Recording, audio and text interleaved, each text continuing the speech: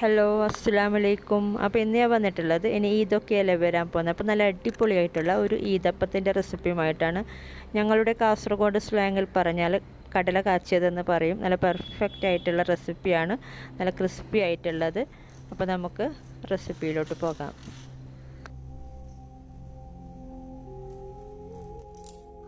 അതിനു മുമ്പ് എൻ്റെ ചാനൽ ഇതുവരെ സബ്സ്ക്രൈബ് ചെയ്യാത്തവർ ആ റെഡ് കളറിൽ സബ്സ്ക്രൈബ് എന്ന് എഴുതിയിട്ടുള്ളതൊന്ന് ക്ലിക്ക് ചെയ്യണേ.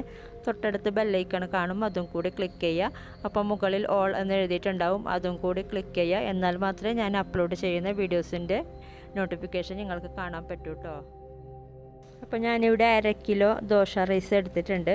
ഇത് കുതിർത്ത് ക്ലീൻ ചെയ്ത് വെച്ചിട്ടുള്ള അരിയാണ് കേട്ടോ. ഇതൊരു മിക്സിയുടെ ജാറിലേക്ക് ആക്കി കൊടുക്കുക.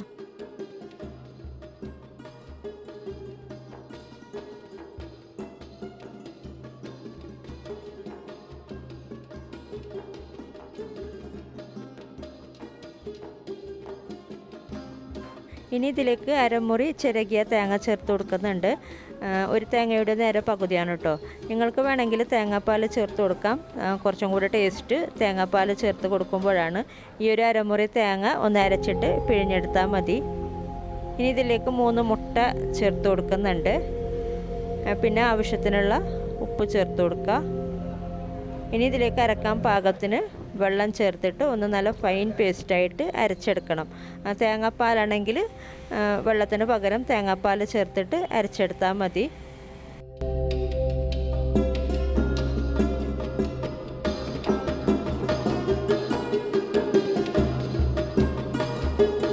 അപ്പോൾ ഫൈൻ പേസ്റ്റായിട്ട് അരച്ചെടുത്തിട്ടുണ്ട്. ഇനി ഇതിലേക്ക് കുറച്ച് വെള്ളം ചേർത്തിട്ട് ഇതിനെ ഒന്ന് ലൂസാക്കി എടുക്കണം. ഞാൻ ഈ ഒരു മിക്സിയുടെ ജാറിലേക്ക് തന്നെ കുറച്ച് വെള്ളം ഒഴിച്ചിട്ട് ചേർത്ത് കൊടുത്തിട്ടുണ്ട്.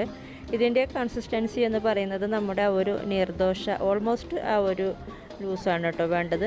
കുറച്ച് തിക്കായിട്ട് ഇരിക്കുന്നതിൽ കുഴപ്പമില്ല, പക്ഷേ നമുക്ക് നല്ലൊരു ക്രിസ്പിയായി കിട്ടണമെങ്കിൽ കുറച്ച് ലൂസാക്കി എടുക്കണം. അപ്പോൾ ഞാനിവിടെ 1/2 കിലോ വറുത്ത കടല എടുത്തിട്ടുണ്ട്. റോസ്റ്റഡ് ചെന്നതാളാണ് കേട്ടോ. ഇത് നമുക്ക് ഒരു പാത്രത്തിലേക്ക് കുറച്ചിട്ട് കൊടുക്കാം. ഫുള്ളായിട്ടല്ല കേട്ടോ, കുറേശ്ശെ ഇട്ട് കൊടുക്കാം. ഇനി ഇതിലേക്ക് നമ്മൾ നേരത്തെ തയ്യാറാക്കി വെച്ച ഈ ഒരു ബാറ്റർ കുറച്ചൊന്ന് ചേർത്ത് കൊടുക്കാം.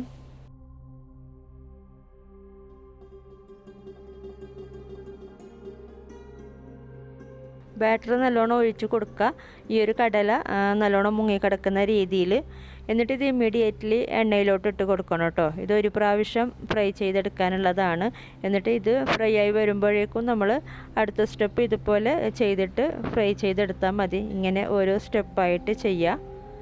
ഇതിപ്പോൾ എണ്ണ നല്ലോണം ചൂടായിട്ടുണ്ട്. ഇനി ഈ ഒരു ചൂടായ എണ്ണയിലോട്ട് ഈ കടലയും ഈ ഒരു മാവും ഒന്നിച്ച് കിട്ടുന്ന രീതിയിലൊന്ന് ഇങ്ങനെ വിതറി കൊടുക്കുക. ലോ ഫ്ലെയിമിൽ വെക്കണം കേട്ടോ. എന്നിട്ട് നമ്മളിത് ഇട്ട് കഴിഞ്ഞ ശേഷം ഹൈ ഫ്ലെയിമിലാക്കി കൊടുത്താൽ മതി. ഇത് എൻ്റെ അനിയത്തിയുടെ റെസിപ്പിയാണ് കേട്ടോ. അവൾ നല്ല പെർഫെക്റ്റ് ആയിട്ട് ഉണ്ടാക്കാറുണ്ട് പെരുന്നാളിനൊക്കെ. ഞാൻ പൊതുവേ ഇങ്ങനെയുള്ള അപ്പം ഉണ്ടാക്കൽ കുറവാണ്. പെരുന്നാളിന് എപ്പോഴും നാട്ടിലായിരിക്കും. പിന്നെ ഞങ്ങളുടെ വീട്ടിലൊക്കെ ഇങ്ങനെയുള്ള അപ്പമൊക്കെ ഉണ്ടാക്കാറുണ്ട്. ഒരു സൈഡ് മൊരിഞ്ഞ് വരുമ്പോൾ നമുക്കിത് ഒന്ന് മൂവ് ചെയ്ത് കൊടുക്കുക.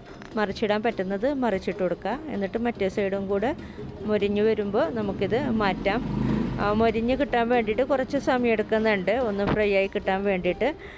വലിയ പാത്രമൊക്കെ ആണെങ്കിൽ, ഉരുളി പോലുള്ള പാത്രമൊക്കെ ആണെങ്കിൽ നമുക്ക് കുറച്ച് കൂടുതൽ ഒന്നിച്ചിടാൻ പറ്റും. ഇതിപ്പോൾ നല്ലോണം മൊരിഞ്ഞ് വന്നിട്ടുണ്ട് കേട്ടോ. ഇത് നമുക്ക് മാറ്റാം.